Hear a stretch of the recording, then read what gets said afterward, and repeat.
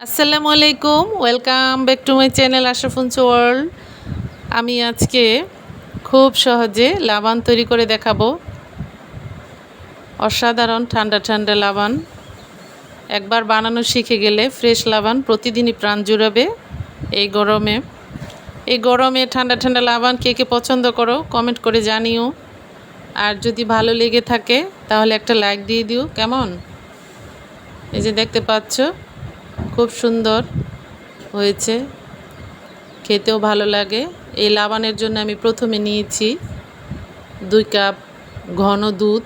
গরুর দুধটাকে আমি জাল করে ঘন করে ঠান্ডা করে নিয়েছি টেস্ট বাড়ানোর জন্য। তোমরা এটা স্কিপ করলেও চলে, এই দুধটা না দিলেও হয়, কোনো সমস্যা নেই। আমার টক দইয়ের পরিমাণ কম ছিল, এজন্য আমি এই দুধটা অ্যাড করেছি টেস্টটা বাড়ানোর জন্য। তোমরা এটা না দিলেও পারো, কোনো সমস্যা নেই। টক দই দিয়েই শুধু লাবানটা তৈরি করে। আমি এই যে দেখতে পাচ্ছ টক দই নিয়েছি, এখানে 2 কাপের বেশি আছে টক দই। ফ্রেশ টক দইটা নিয়েছি।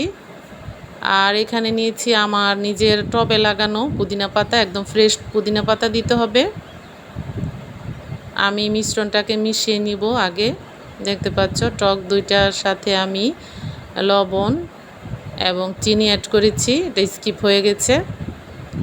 এখন দিয়ে দিলাম আমি ঘন দুধটা, ঠান্ডা করে নিয়েছিলাম মিশিয়ে। এখন আমি এগুলোকে ব্লেন্ডারে ব্লেন্ড করে নিব। দেখতে পাচ্ছ লাবান কে কে পছন্দ করো? আমার তো অনেক ভালো লাগে, এই ঠান্ডা ঠান্ডা লাবান খুব ভালো লাগে। বাজারে কিনতে পাওয়া যায়। যদি একবার বানানো শিখে যাও তাহলে আর কি চিন্তা, কেনার ঝামেলা পোহাতে হবে না। আমি পুদিনা পাতার সাথে বিট লবণ দিয়ে দিলাম, এটা স্বাদ মতো দিতে হবে, পরিমাণ বুঝে। আর এখানে দিয়ে দিলাম আধা চামচের মতো গোলমরিচের গুঁড়ো, একদম ফ্রেশ গোলমরিচটা গুঁড়ো করে নিয়েছি। এখন আরেকটু পুদিনা পাতা অ্যাড করলাম। পুদিনা পাতার অ্যাড না করলেও চলে, এটা ফ্লেভারটা ভালো লাগে এজন্য অ্যাড করলাম।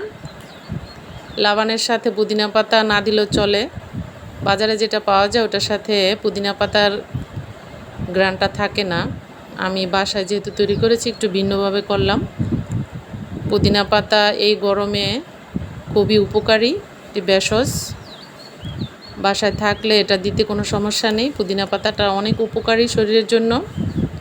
আমার এই লাবানটাকে আমি এখন ছেঁকে নিচ্ছি। এটার সাথে আমি চাইলে লেবুর রস অ্যাড করতে পারি, তোমরা চাইলে করতে পারো। টক দই যেহেতু টক আছে এজন্য লেবুর রসটা আমি আর দিইনি, তোমরা চাইলে দিতে পারো।